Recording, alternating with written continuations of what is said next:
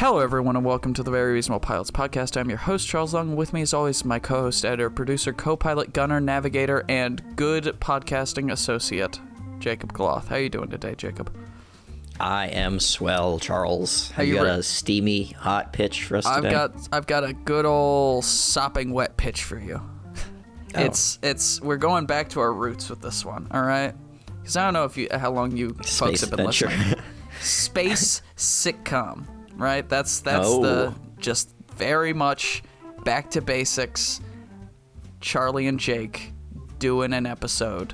Is it Friends, but they're aliens in prison? It's not. There's only 4 of them. There's not 6, so it can't be Friends. And they're not in a prison. I mean, they're sort of in a prison. So I'll tell you the premise, right? There's a satellite station orbiting Jupiter, sending information back to Earth. But due to climate disaster and internal conflict, Earth is destroyed.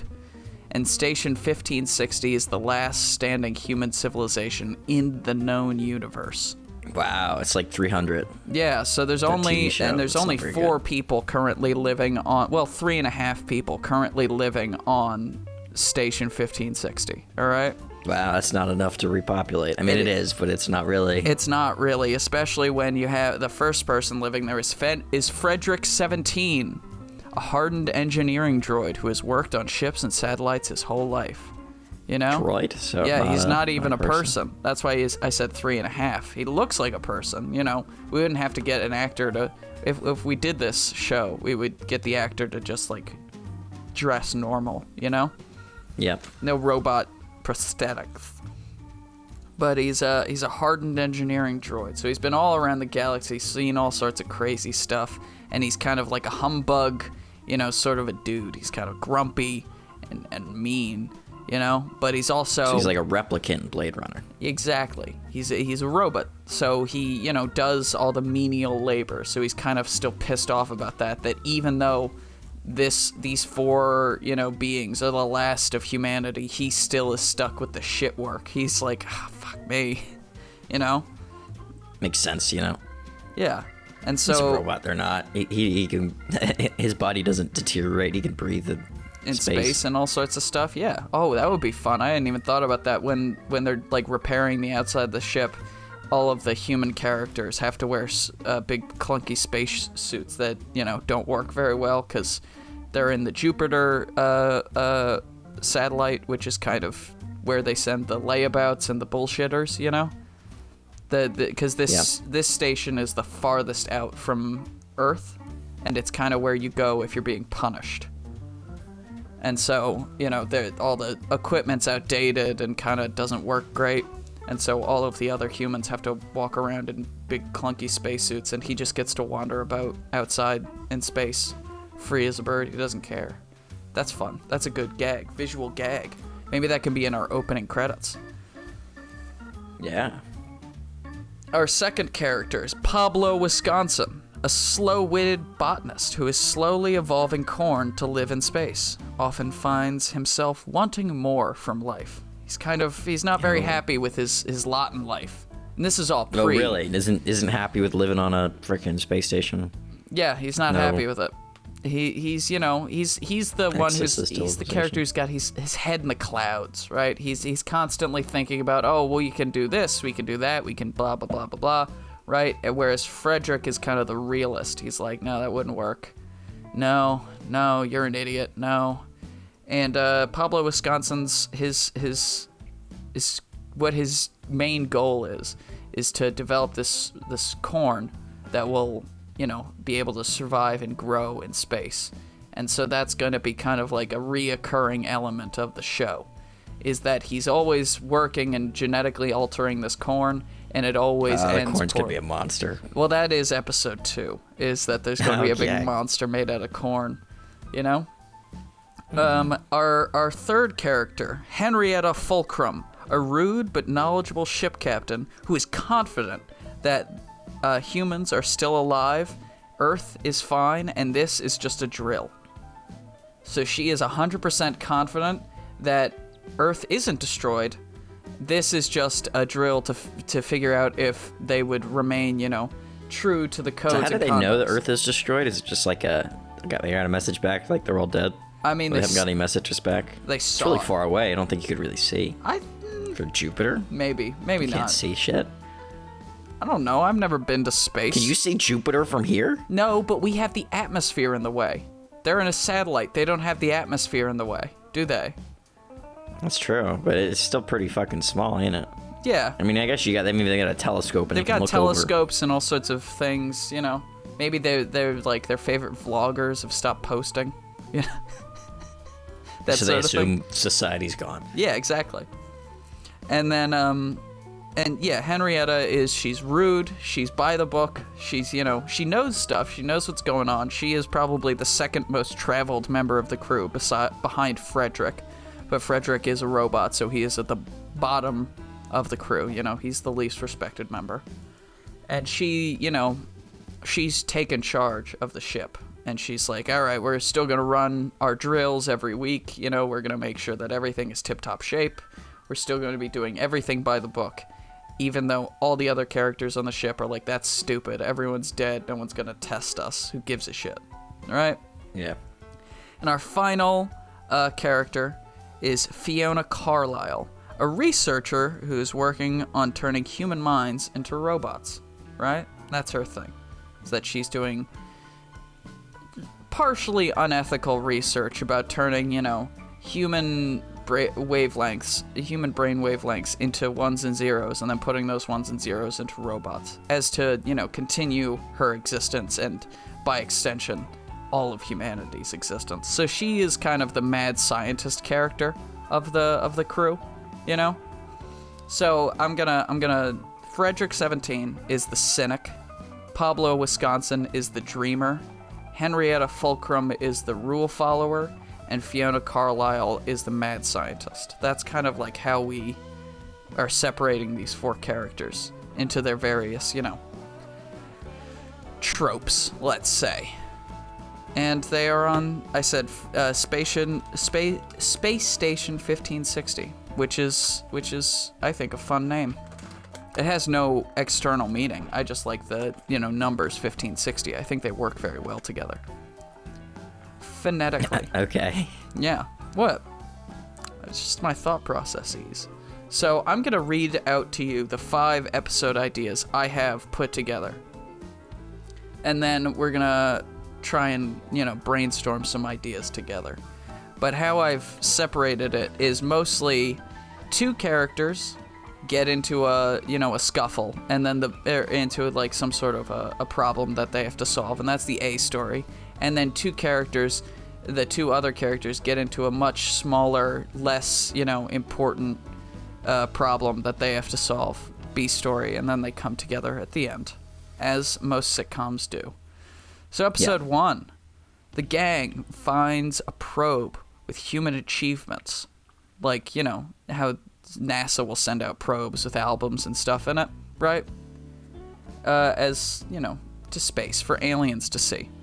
And floating through space, Henry and Pablo get obsessed with the future version of Rock'em Sock'em Robots. And by Henry, I mean Henrietta. It's just easier to write Henry than Henrietta. And Fred and Fiona become huge David Lynch fans, right? So this episode is Henrietta and Pablo get really, really competitive over this. I don't know how you want to do it. Could it be like a VR game, maybe?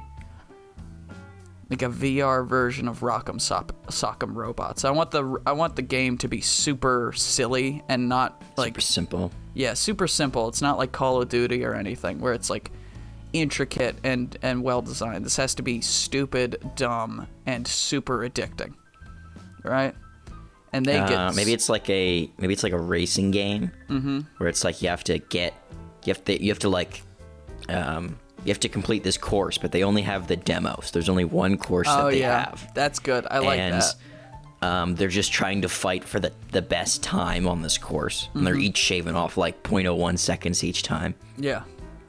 So it's like, you know, one person goes and they're like, oh, I did the course in, you know, 45 seconds. The other person's like, I did it in 44.98, and it's just back and forth and back and forth. Yeah, and there's one like at the end, there's, you know, the score screen, and they show your names and everything, and there's one person who just has an impossibly low score, that they can never reach. And so these two, Henrietta and Pablo, just go nuts trying to beat it, trying to beat it over and over and over again. They spend nights and days just like growing beards. They both grow big, beards, even though Henrietta's a woman, because that's a fun visual gag. Just obsessing over this game. And David Lynch films become Fiona and Frederick's new, I'm not gonna say religion, their new obsession.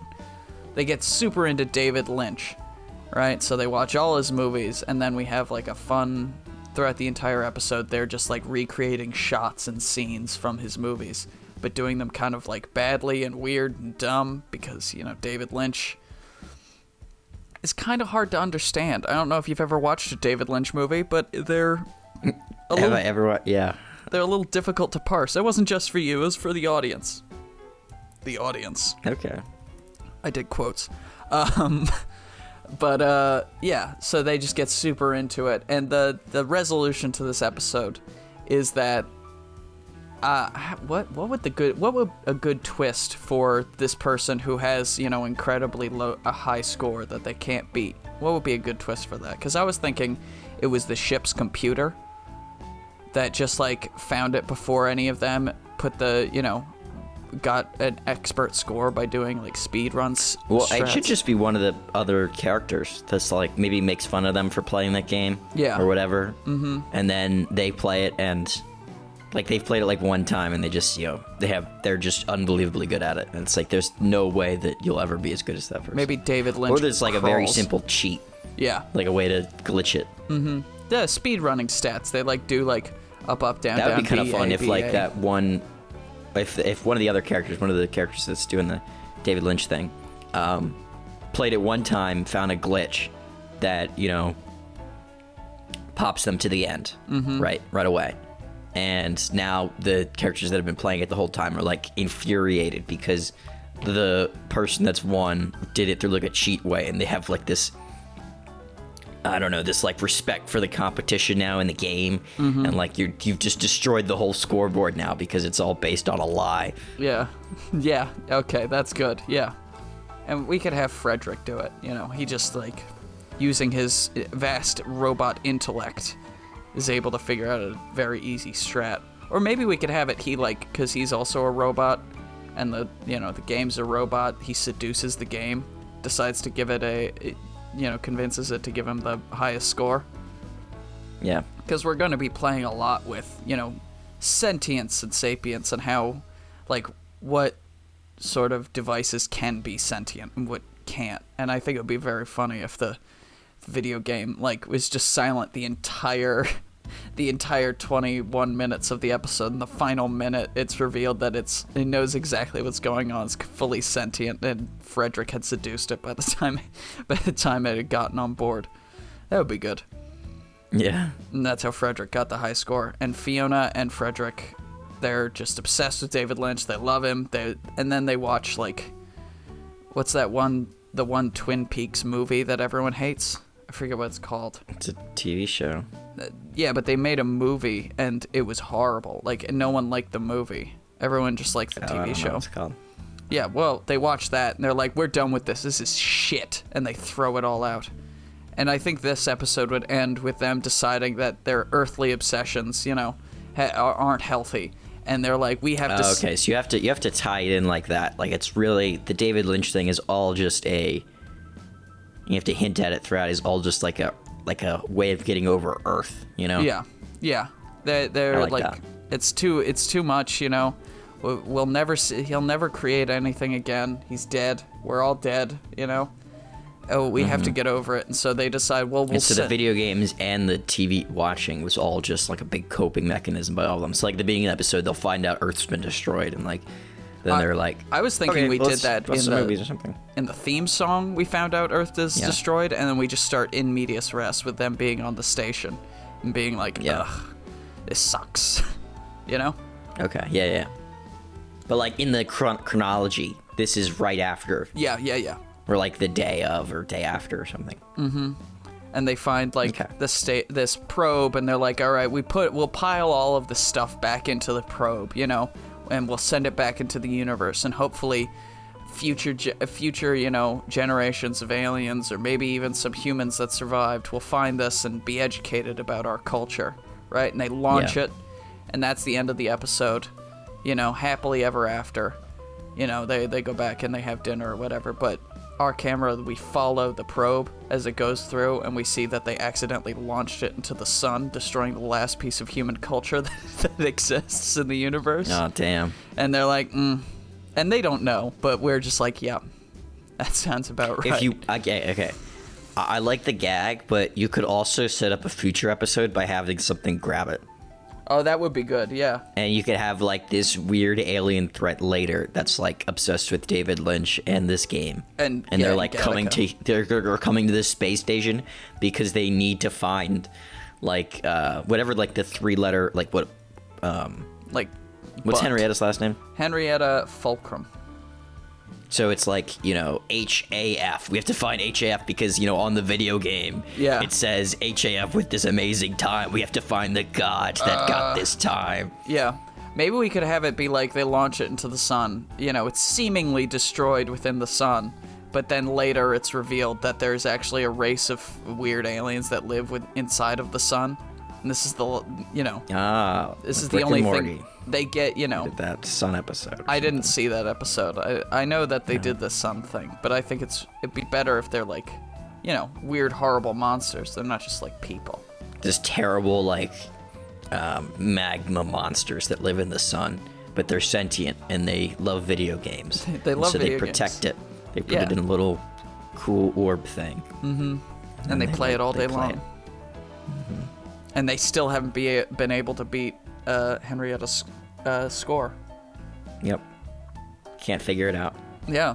And so that could be a threat that shows up later in the season, or even season 2. That would be a good I think that'd be funny. Yeah, first episode of season 2 is a callback to the first episode of season 1. That could be fun. Yep. All right, episode 2. Pablo develops a race of corn men who attempt to take over the station. At the same time, Fred has a cleaning competition with the onboard computer, right? So, the main story of this episode is going to be Pablo builds this, he's putting the last finishing touches on his beautiful genetically modified corn, and they, stick it in the, advanced growth vat or whatever we call it. We'll come up with some fucking sci-fi name for it. That causes the corn to grow super fast, and it's too fast, and the corn starts to grow like hands and arms and a face and a body. And at first, Pablo is so excited. He's like, finally, someone I can, talk to and communicate with that isn't one of the 3 other fucking people that live on the station. But eventually, this corn becomes disillusioned with Pablo's, like, way of thinking and acting, and he thinks, like, fuck this, and he just, like, grows more corn men. Yeah. And then the corn men, like, stage a revolt and take over the station, and we can have it be like a sort of Mongol tribe where they live inside, and there's like, they live inside the station. There's these huge, like, thrones that the first corn man sits on, and all this stuff, and like they have corn women doing dancing, and they have like corn men who've committed crimes be beheaded and all this stuff. They're in like they're in like a very early tribal society. Is that what you're saying? Yeah, exactly. They're like the Dothraki in Game of Thrones, that sort of thing. And then Henrietta, Fiona, and Pablo are the only ones who are like, they're normal people, and they're like hiding, and they're refugees within their own station, and they're trying to like avoid the cornmen. And at the same time, Frederick and the onboard computer, like, Frederick is complaining about the humans to the onboard computer because he thinks that she's the only one who's gonna understand what he's saying. And he's talking about like, oh, I'm the best cleaning droid on this side of the, nebula, something, whatever. Let's say the Crab Nebula, because I like the Crab Nebula. I'm the best cleaning droid on this side of the Crab Nebula, but, I've been doing it for 40 years, and I feel like I'm sick of it. I want to do something else. And then the computer goes, well, you're the second best cleaning droid on this side of the Crab Nebula. Second best? Yeah, I'm the best cleaning droid. And so even though Frederick he's sick of cleaning, he's sick of being a cleaning droid and a maintenance droid, he's like, yeah, the second someone claims that they're better at that than him, his love for it is reignited, and he's like, well, you want to have a fucking competition, right? Let's go. And there's all this, it's just like a comedy cleaning competition where they're like, all right, we spilled ketchup all over this. Let's see who can clean it the fastest. And Frederick wins some. The onboard computer wins some. So it's at a draw, and they're like, well, the only way that we can clean the whole station is with an extreme and quick, what do you call it? Bath of radiation coming from the nearby sun. And so they open up they remove all of the radiation protection, and they haven't even noticed the corn men at this point. And the second that all of the heat that comes from the sun goes into the station, all of the corn men are immediately turned into popcorn. And by just sheer coincidence, the place that Fiona, Henrietta, and Pablo were hiding was safe from the radiation, so they're fine, and they have a big popcorn feast. And that's the second episode. And I want to have these corn men be real weird looking, Yeah. like a normal human face, but it's made entirely of corn. Mm-hmm. And we can even have them like screaming as they're being popcorned, and then it's like the little popcorns each has their own sentience, and they're like, what the fuck are you doing? And they just eat them because they don't care. They don't give a shit. Sentient popcorn. Yeah. I like it. You could have that in a future episode. You could be like, hey, do we have any sentient popcorn left? And he's like, yeah, like if they're watching a movie or something. Yeah. And it's like, oh shit, we didn't know that they could breed. Like they open up they put the rest of the sentient popcorn in a special like container, just thinking, oh, we'll leave it for a special, for a special occasion. Yeah. They're like, oh shit, we didn't know it could breed. And they open it up, and like millions and millions of tiny popcorn men and women come out, and they've all got like spears and knives and cannons and stuff that they've been building. They're all popcorn, so it's really small, so they just pick it up and eat it. Yeah, and then I think a good way of killing them is to drown them in butter. Yeah, yum, butter and salt. Yum, yum, yum, yum. I love popcorn. It's one of my favorite snack foods. Yep, that's unrelated, but it is one of my favorites. I got an episode idea. Oh, let's hear it. So you got the onboard computer, right? Mm-hmm. So I think at the beginning of one of these episodes, someone should be in an argument with the computer, right? Mm-hmm. Maybe a direct parallel would be good for my idea here. Let's have... who do you think is the most prideful of this group? I would say Henrietta is the most prideful. Okay. Henrietta is playing chess against the computer, right? Mm-hmm. Yeah. And Henrietta loses and gets very upset. And she goes into like the storage room, and she pulls out this other AI they have, and she replaces the onboard computer with this other AI. Because she's like, we don't need you, you stupid computer. Like, we got another AI that came up, that Earth shipped us before the collapse. And so she puts this new AI in, and it's like 2001: A Space Odyssey. Mm-hmm. Like, they've got this AI that's like the new one is like this corrupt AI that is continually wrong about things and is like trying to get rid of the humans to protect itself. Yeah. And they do the whole thing just like in 2001: Space Odyssey, where they try to pull up the memory banks, but the computer is not an idiot because it's like, I've seen that movie, I'm not gonna I've got the data of that, I'm not gonna let you in there. And the way that they solve it is by uploading the other AI at the same time. And they have like a AI fight in the ship. And so like the ship, the whole, like the humans on the ship and the Frederick the robot are like running around trying to avoid like all this stuff trying to kill them on the ship, because these two AI are like fighting like in the same ship, like the ship will be fighting itself. Yeah, I love that. That's great. Are you sure you've never seen Red Dwarf? No, I haven't. Because that is like almost exactly an episode of Red Dwarf. It's a good idea. Really? I like it a lot. But yeah, there's a ship AI in Red Dwarf, and it's like, he's like, oh, you guys don't appreciate me. You know what? You want to replace me with a better AI? Go for it. And they replace him with a better AI, and it's much, much worse. It's a different twist ending, but I like that idea a lot. That would be fun. Well, that was just a parody at Space Odyssey. Yeah. Yeah. So I assume they parodied the same thing. So. Yeah, I think so. Unless Space Odyssey came out before. When did Space Odyssey come out? This is unimportant. Definitely before. Well, when did it come out? In the 70s? Red Dwarf definitely parodied 2001: A Space Odyssey. Yeah, I know that because Red Dwarf is still going and 2000 Space Odyssey is not. But I want to know when it came out. 1968. Okay, they definitely parodied it. I thought it was 80. I don't know why you didn't think. I thought it came out in the 80s for some reason. I'm sorry. Should be. All right, this is episode 3. Pablo and Fiona decide to celebrate Halloween by constructing a murderous robot that will chase them around the ship, right? It's not, Nope. They decide like, oh, we're not going to make it actually murderous, we're only going to make it pretend that it's going to murder us, but we want to, have a real Halloween experience that's spooky and scary, So they build this giant Jason Voorhees-esque robot, and, Pablo builds him a kind of crazy plant brain, and Fiona builds him a crazy robot body and all this stuff. And they're like, this is fun, ha ha ha ha ha ha, until things go horribly wrong. And Frederick and Henrietta decide to go to a nearby moon and find a secret romantic getaway. That's the B story.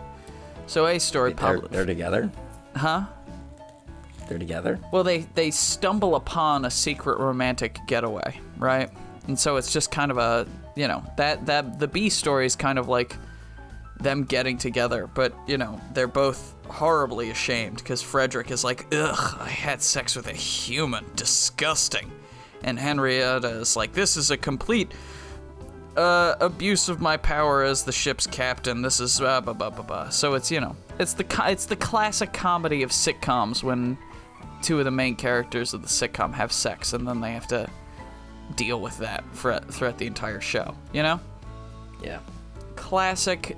Joey had sex with what's her name? Rachel. Classic one of those. But Pablo and Fiona celebrating Halloween's kind of is the main story. So they construct this murder bot and they're having fun, ha ha ha ha, yeah, blah blah. And then it's a whole thing. They watch horror movies together. We can have a montage of them getting chased around. It can be Scooby-Doo-esque, where they go in one door and they come out door on the opposite side of the hallway, blah blah blah. Fun things like that. Until a solar flare hits the planet, or hits the satellite, and the robot's weird plant brain is affected by the solar flare as well as its body, and the, safeguards to keep it from actually murdering them are taken offline, and they are actually within, they're stuck inside this space station with a murderous robot and no way to destroy it because Fiona decided, like a crazy person, to build an almost nearly indestructible robot that would kill them, if given the chance, because she's nuts. And so they have to use all of the knowledge that they gained by watching all these old horror movies and stuff, right? To avoid this murderous robot. And the central gag is that it's for Halloween, and so the robot will stop functioning at the end of Halloween, Oh, so they just have to make it to the end of the night. They have to make it till the end of the night, but they have to spend the whole night, avoiding being stabbed or shot or exploded or anything. And maybe we can have this episode be they both end up getting together. Like Frederick and Henrietta and Fiona and Pablo both end up getting together. Because that would be fun, I think. If they both, at the end of the episode, they both meet, the two pairs meet up with each other and like, so what'd you guys get up to? Oh, nothing. They're both like, nothing. We didn't do anything. What are you talking about? Stop it. I don't. Maybe this might not be the best time for that because the whole episode is them running from the monster. So are you saying like they're going to be running from the monster and then they're both going to have these like reprieve where they're going to bang? Yeah. Find their relationships randomly in the middle of this chaos? It feels weird. It's not a relationship. They're just banging. But that's a horror movie trope, is that people bang at the exact wrong time. Okay. It's a trope on horror movies, but I agree. I'm agreeing with you, Jake. Maybe it's not the best time for that, but maybe it is. Who knows? I don't know. You've never been chased by Jason Voorhees. If we were No, being chased I'm by not. Jason Voorhees, can you honestly say you wouldn't try and kiss me at least once? I would probably let you die. Oh, but you didn't say you wouldn't kiss me. So probably let you die. that's now. I think that would be my plan. I'd be like, I could probably run faster than Charles. You And that's could- all I really need to do. I don't need to run faster than the monster. You could definitely run faster than me. That is a fact. 100%. So I think I'd be all right. Yeah. If I'd make it. But I feel like You'd be Jason dead. Voorhees wouldn't stop. He'd kill me and then he'd just kill you also.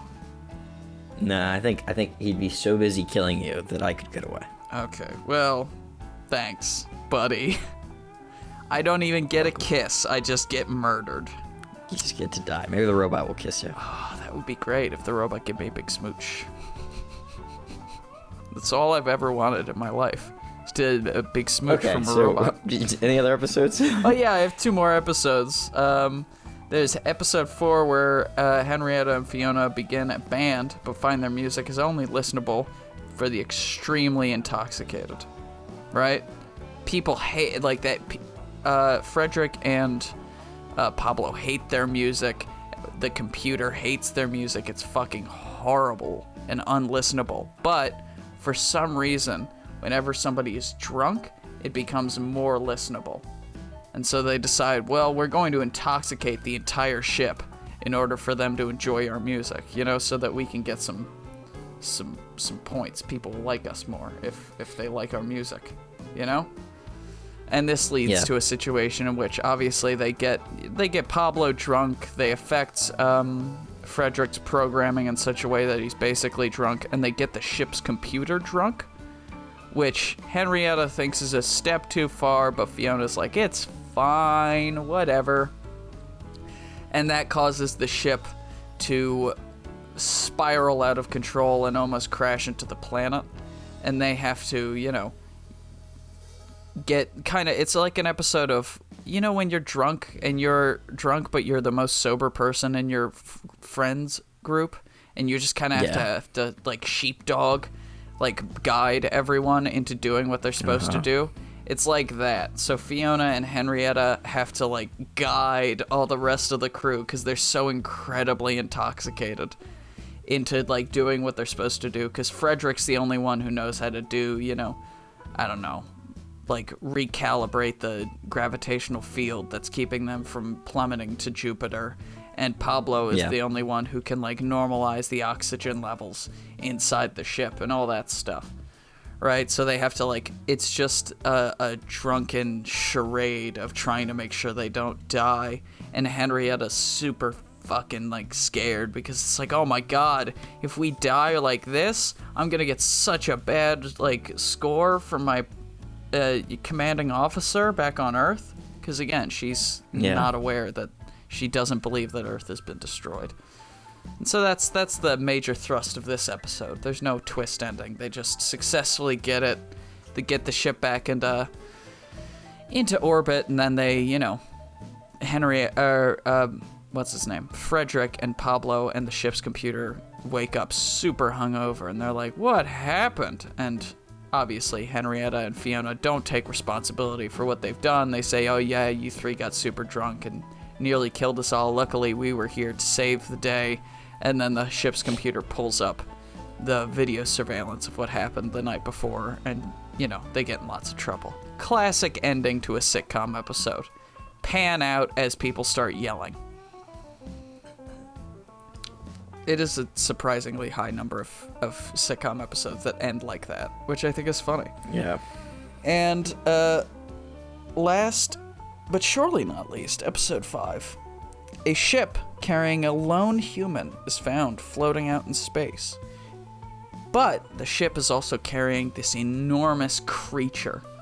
Like unfathomable horror. It's like an alien and a troll and a monster all put together. Like a werewolf and a Geiger's alien and a big troll.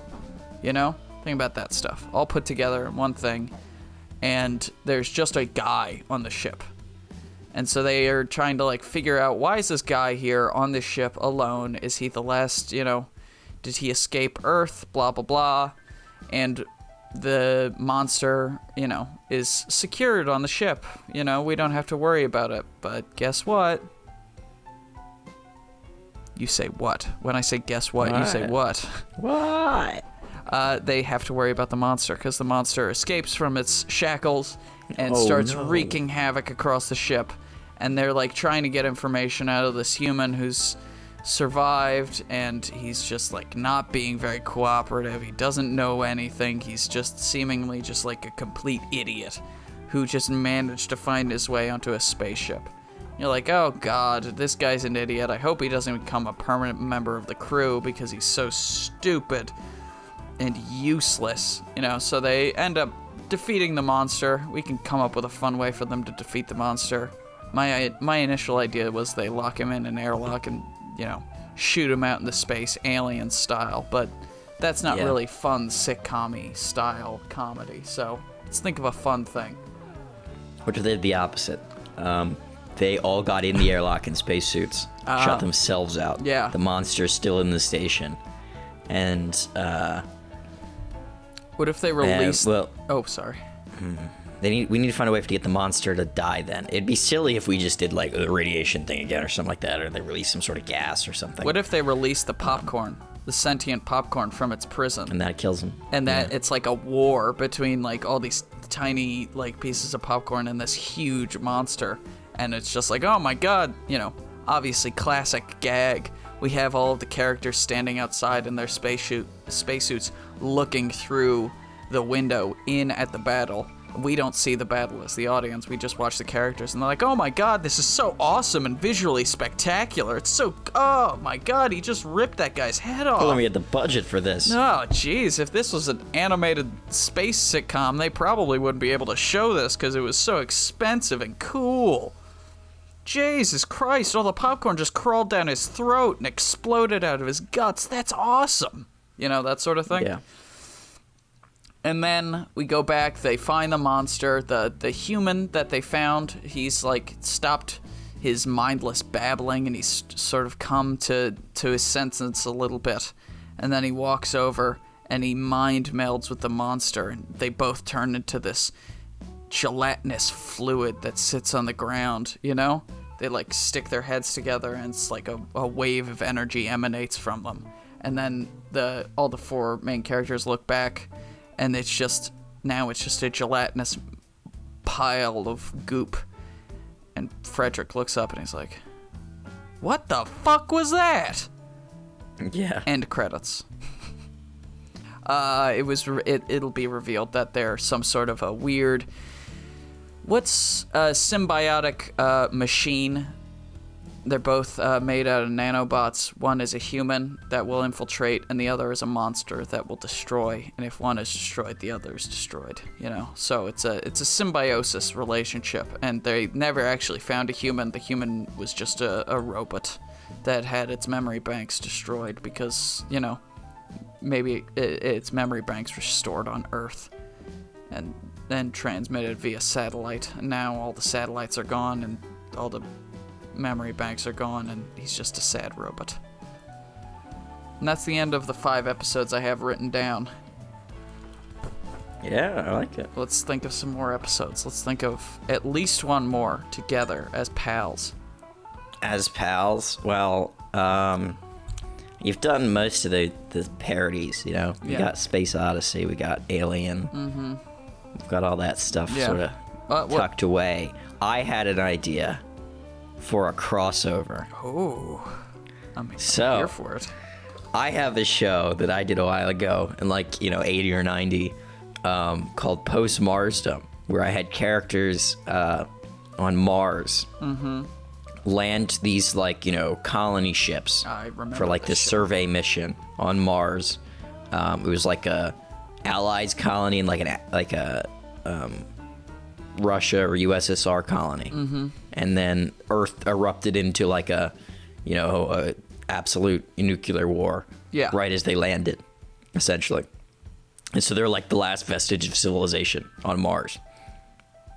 And so you got the back and forth between these two things, and I think it'd be funny if we had some sort of meetup between these two, because the universes are similar enough where you could theoretically have them be in the same thing. Yeah, I mean, Earth was destroyed. They could be in the same thing. Yeah. So,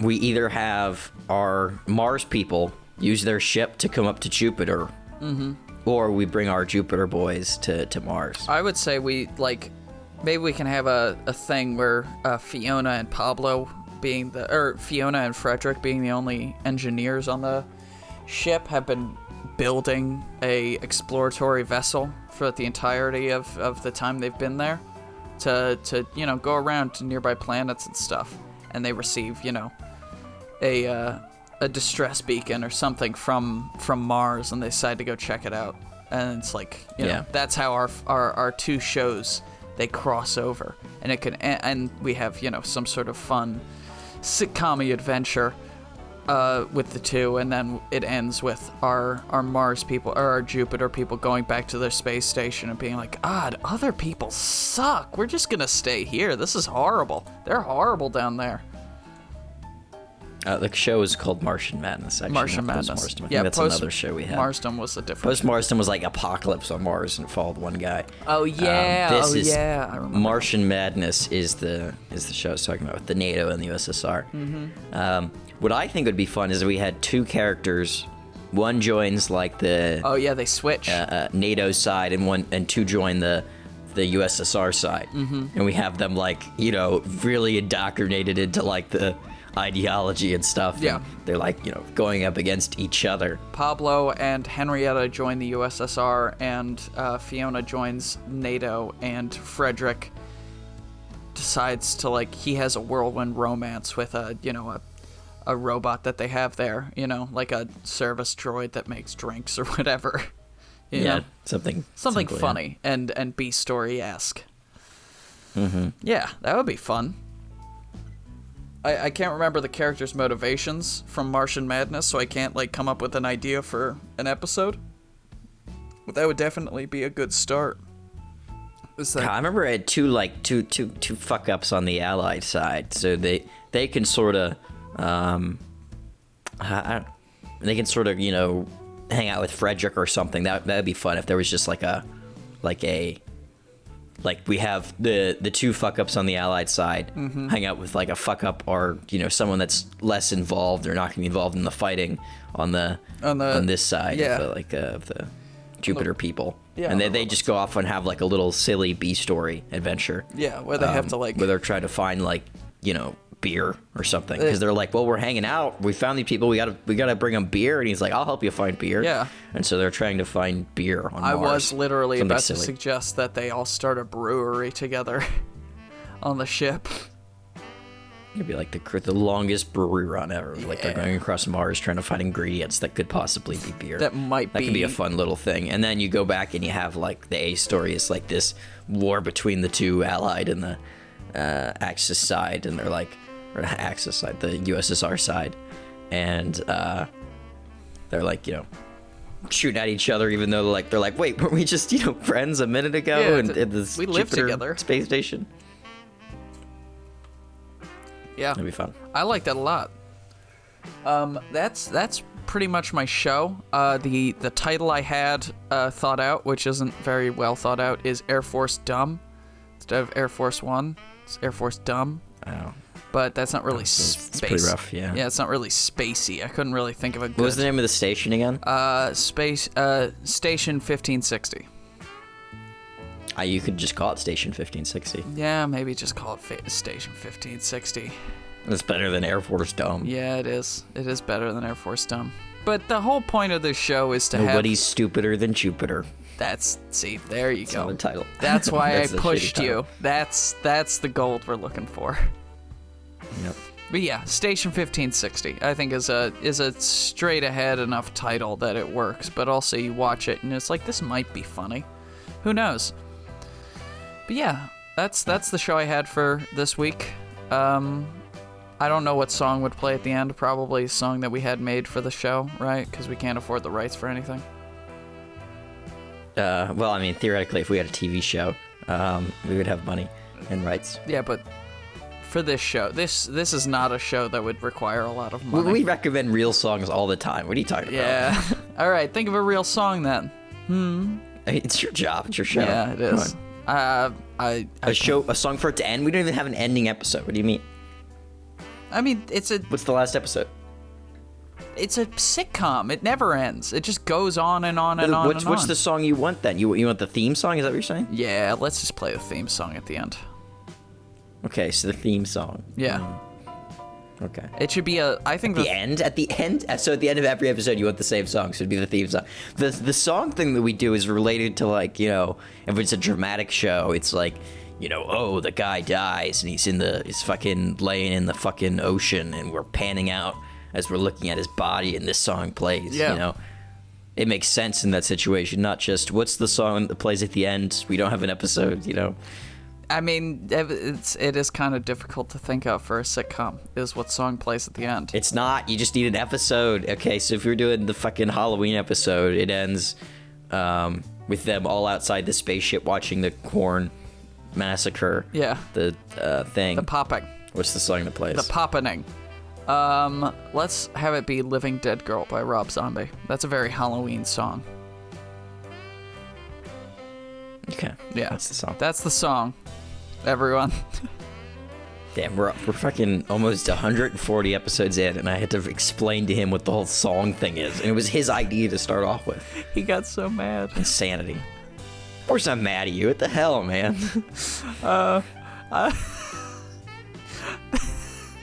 Thank you, everyone, for listening to the Very Reasonable Pilots podcast. I've been your host, Charles Lung. With me, as always, been my co-host, editor, producer, co-pilot, gunner, and song reminder, Jacob Gloth. If you like what you heard here and you want to hear more, please give us a like, a follow, subscribe, tell your friends, tell your family, tell your dog, tell your cat, and don't forget, we love you. I love you. Jake doesn't. No, we don't. He's told me on many occasions. He loathes I hate you. everyone here. You and Charlie. Yep. Bye. Bye.